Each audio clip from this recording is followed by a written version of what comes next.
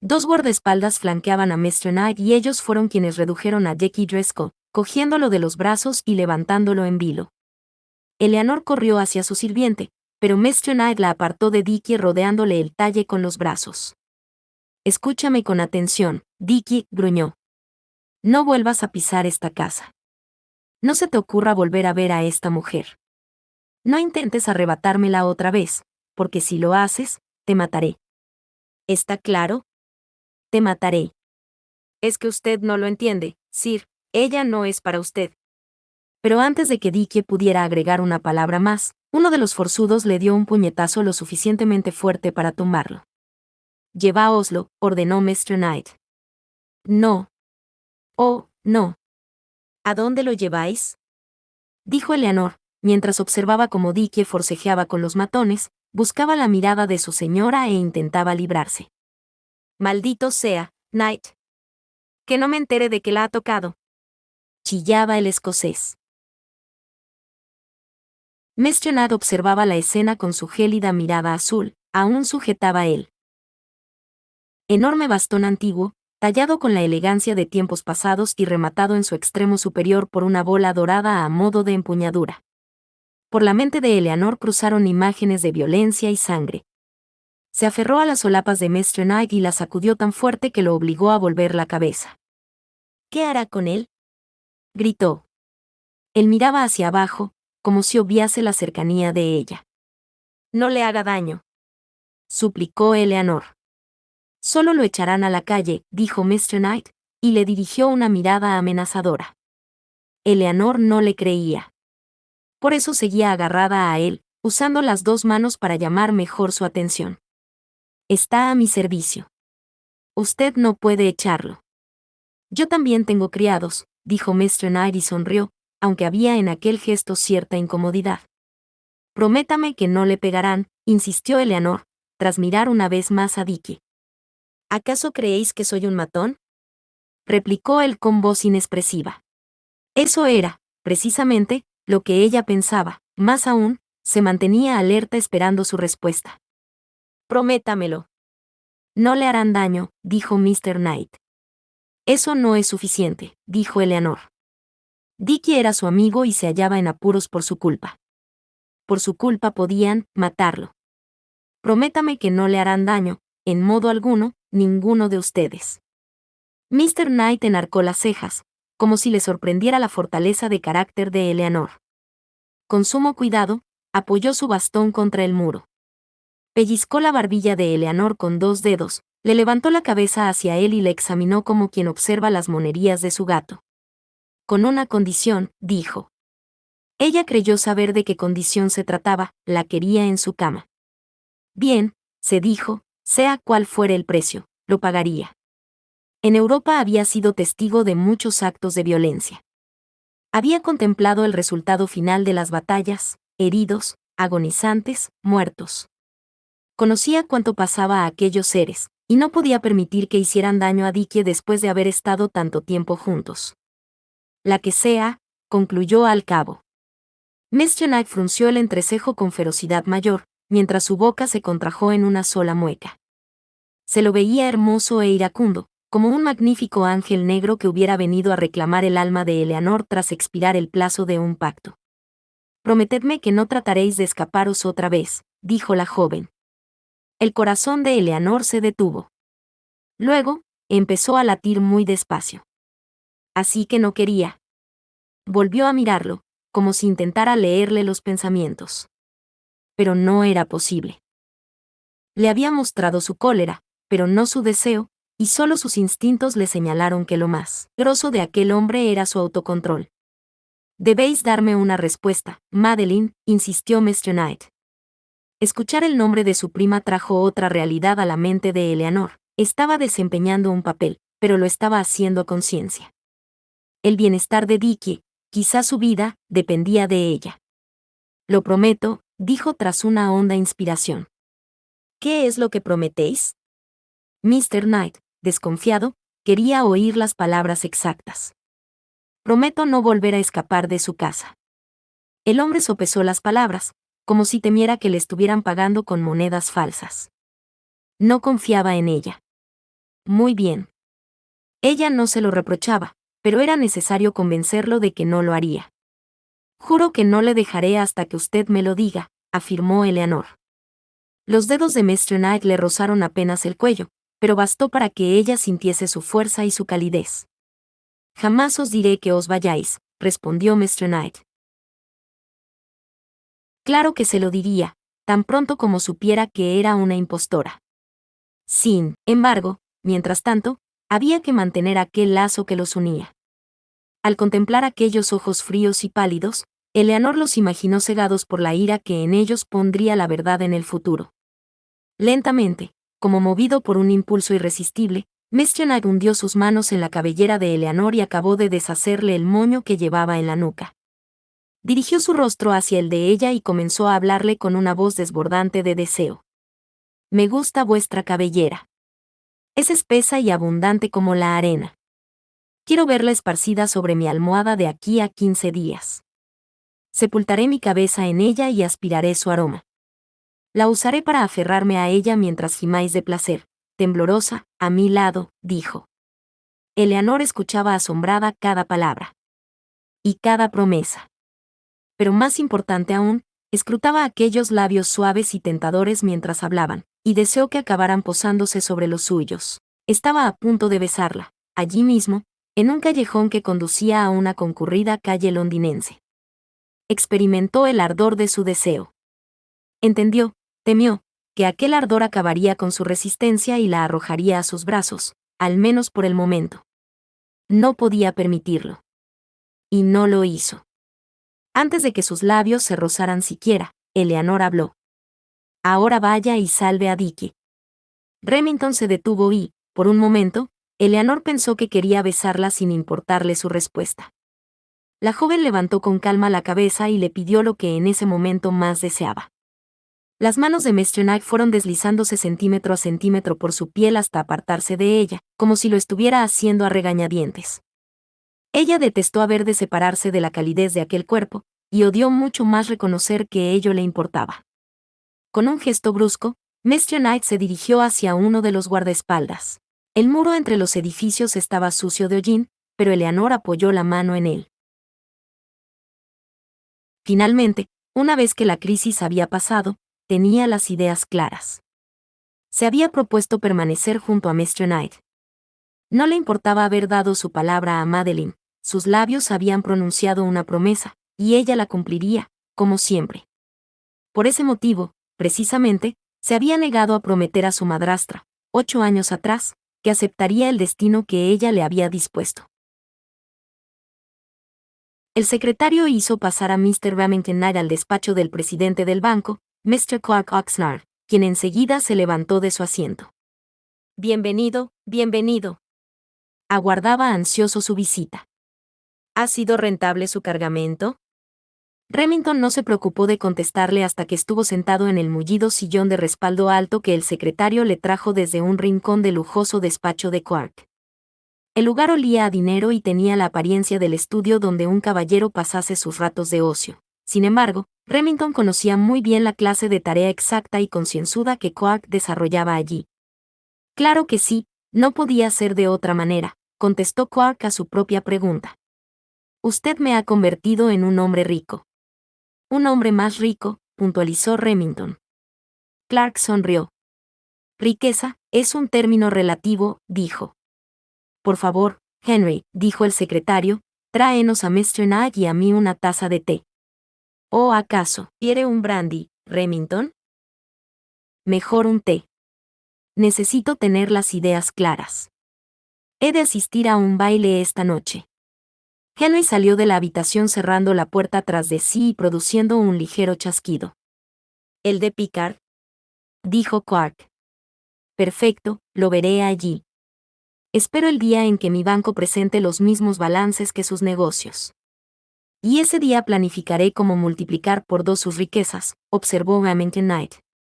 Ambos hombres eran de edad semejante, pero fuera de eso no tenían nada en común. Clark, inglés de nacimiento, era el 4º hijo de un conde y se había dedicado a los negocios para servir de apoyo a su aristocrática familia venida a menos, y lo hacía muy bien. A pesar de las vinculaciones aristocráticas de Quark, Remington admiraba a aquel caballero orondo, calvo y resuelto. Ambos habían mantenido correspondencia antes de que Remington llegase a Inglaterra y habían descubierto que compartían muchas ideas y objetivos. «He venido a solicitarle un favor», dijo Remington. Quark cruzó las manos sobre su abultado vientre y se echó hacia atrás para apoyarse en el respaldo de su sillón de piel. «Por supuesto, estoy a sus órdenes», dijo. A pesar de aquella respuesta, Remington advirtió cierta aprensión en el tono de Quark y se apresuró a tranquilizarlo. «No tiene nada que ver con el dinero. Se trata de un favor personal». No sin coraje, Quark ignoró una posible referencia al lucro indebido. «Cualquier cosa que esté en mis manos, muchacho. Quiero que sea usted testigo y padrino de mi boda con Madeline de Lacy, la futura condesa de Magnus». «¡Santo cielo!», exclamó Quark irradiando satisfacción.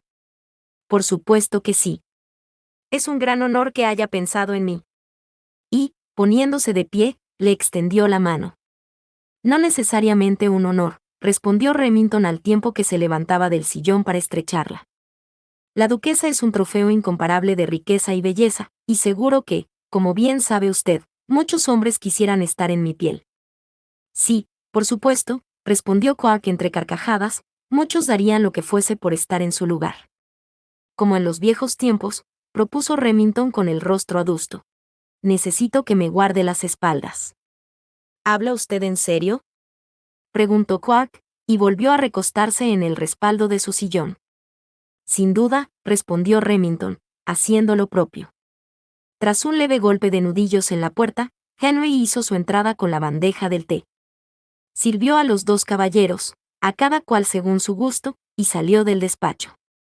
Remington bebió un sorbo de su taza y reanudó la conversación donde la había dejado. «La familia de Lacy es particularmente tramposa». «¿La familia de Lacy?», exclamó Quark, con el ceño fruncido en expresión incrédula. «¿Debo entender que habla usted de su prometida?». «No, no me refería a ella».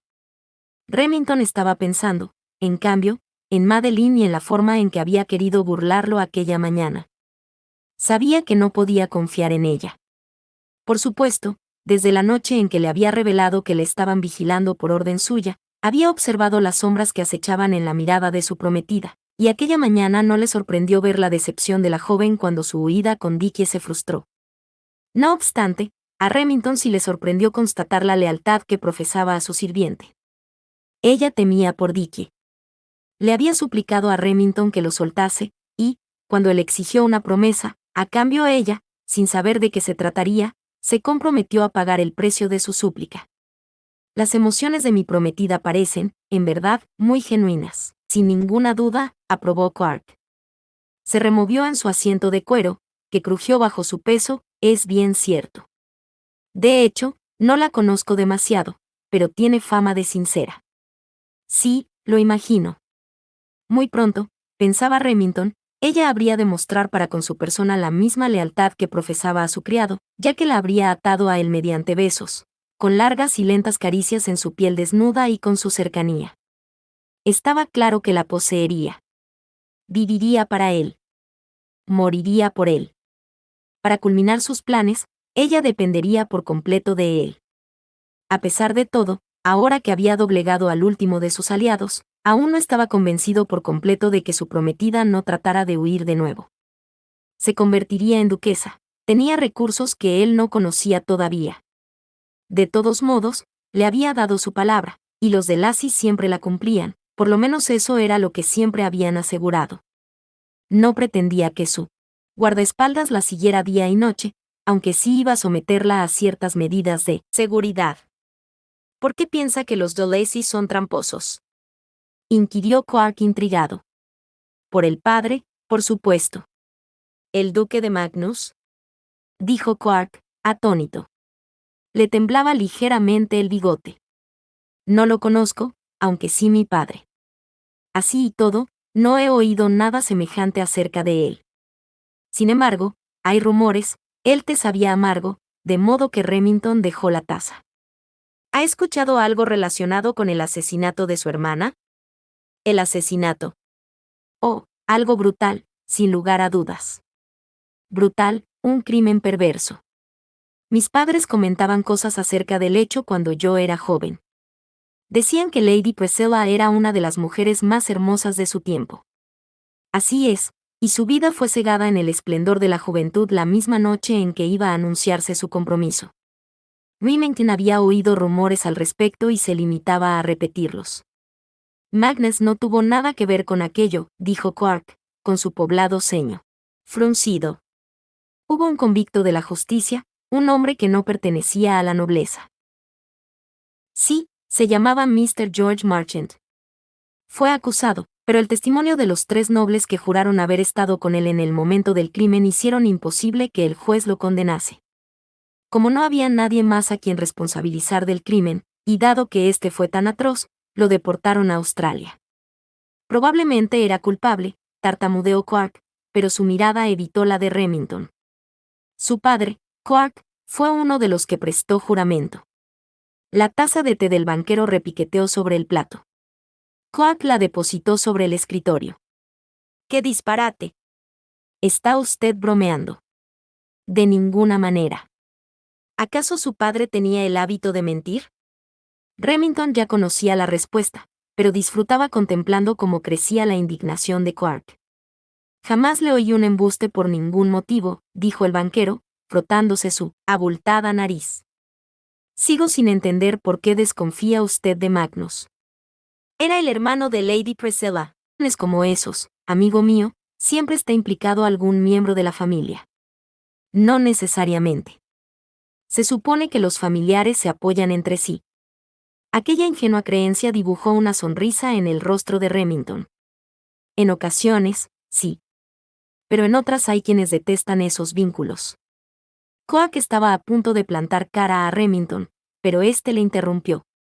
¿Acaso no lleva usted liquidaciones y certificados cuando piensa que puede haber disputas? Sí. Tiene usted razón, sin duda, concedió Quark. Pregúntele a alguien que tiene la soga al cuello. El asesinato suele ser un asunto familiar. Remington cambió de tema para que el peso que soportaba Quark no le resultase tan abrumador. Por cierto, admiraba la inteligencia de Quark y jamás había tenido oportunidad de analizar el crimen con nadie más. Alguien mató a Lady Priscilla. No fue George Marchant, de modo que el culpable está en libertad. Es un pensamiento terrible, dijo Quark, mostrándose profundamente preocupado. Él amaba la pulcritud y el orden en todos los ámbitos, como las hileras de números en sus libros de contabilidad. Se rumorea que ella estaba a punto de fugarse con un caballero más agradable que su rico lord. ¿Quién, sino alguien de su familia, habría resuelto el tema de un modo tan violento? ¿Su novio? Aventuró Quark. El conde de Fantrope. ¡Oh!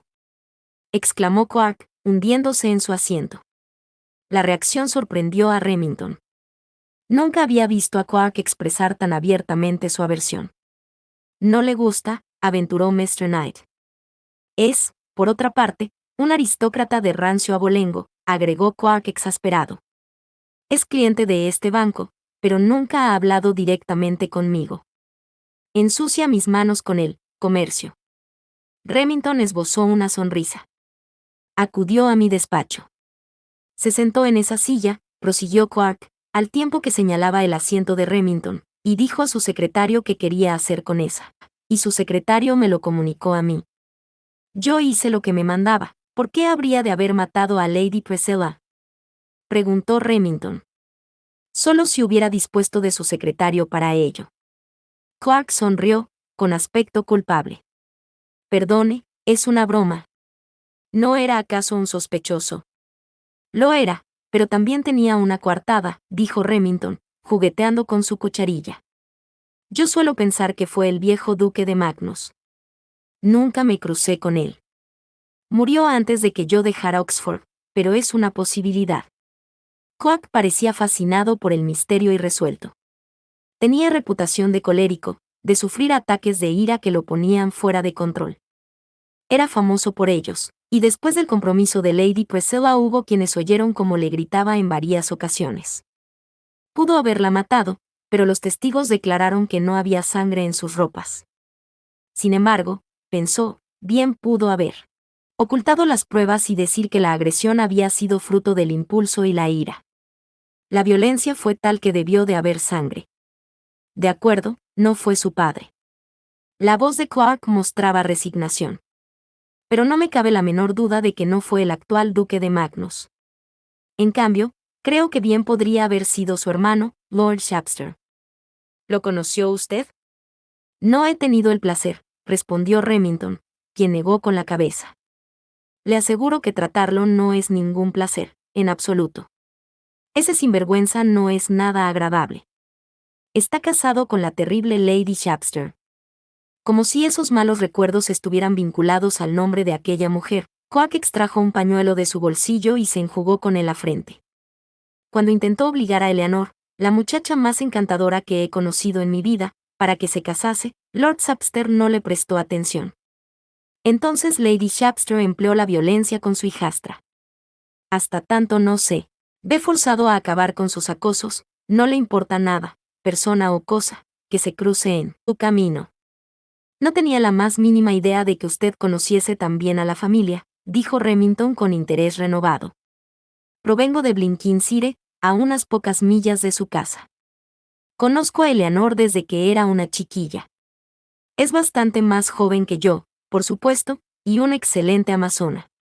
Es incapaz de montar una escena y nunca pronuncia una sola palabra si no se la invita a hablar. Creo que la culpa de ello la tiene Lady Shapster. De modo, concluyó Clark al tiempo que se pasaba la mano por la calva, que Lord Shapster es un sospechoso a tener en cuenta. No tiene bastante dinero, puntualizó Remington. No se necesita dinero para apuñalar a una mujer hasta darle muerte. Pero sí para vengarse de George Marchant desde lejos. No habría hecho eso, replicó Clark, horrorizado. ¿Cree usted que enviaría a Australia a alguien para que matase al hombre que él sabía perfectamente que no era el asesino de su hermana? No tiene ningún sentido. George Marchant tenía un talento excepcional para hacer dinero, talento que, por otra parte, heredó su hijo. Remington intentó suavizar lo mejor que pudo sus facciones a fin de ocultar el malestar que le atenazaba el estómago. George, tras cumplir su condena, abandonó Australia y se dirigió a Estados Unidos, donde se casó con una rica heredera, tuvo 2 hijos, enviudó y se labró una fortuna, siempre con la idea de volver a Inglaterra para vengarse del hombre que había matado a Lady Priscilla. ¿Por qué se preocupaba tanto George?, preguntó Clark, incómodo. Si tenía dinero, familia y buena reputación en Estados Unidos, ¿por qué molestarse en volver aquí? ¿De verdad no lo entiende? Remington se levantó de su silla y, acercándose al escritorio, se inclinó hasta fijar su mirada en los ojos de Clark. Estaba enamorado de Lady Priscilla, y ella también lo amaba. Esa misma noche iban a fugarse. ¡Santo Dios!, exclamó Clark, y clavó en Remington sus pupilas, lleno de admiración. Había comenzado a atar cabos. Sí. En las fechas en que George, que ya se hallaba en Estados Unidos, se disponía a actuar contra el aristócrata que había matado a Lady Priscilla, alguien prendió fuego a su casa y a su despacho, asesinó brutalmente a su hija y lo golpeó a él dejándolo medio muerto. Cuando su hijo volvió de la escuela, George, al borde de la muerte, se aferró a lo que le quedaba de vida y le confesó quién había cometido semejante fechoría. ¿Cómo sabe usted todo eso?, preguntó Clark. Los 2 hombres se miraron largo rato a través del ancho espacio que les proporcionaba el escritorio del banquero. Luego, Remington se dirigió hacia la puerta y se detuvo antes de abrirla. Porque soy el hijo de George. Magnus no se detendrá hasta acabar con el último de los Marchant, y yo no me detendré hasta vengar a mi familia.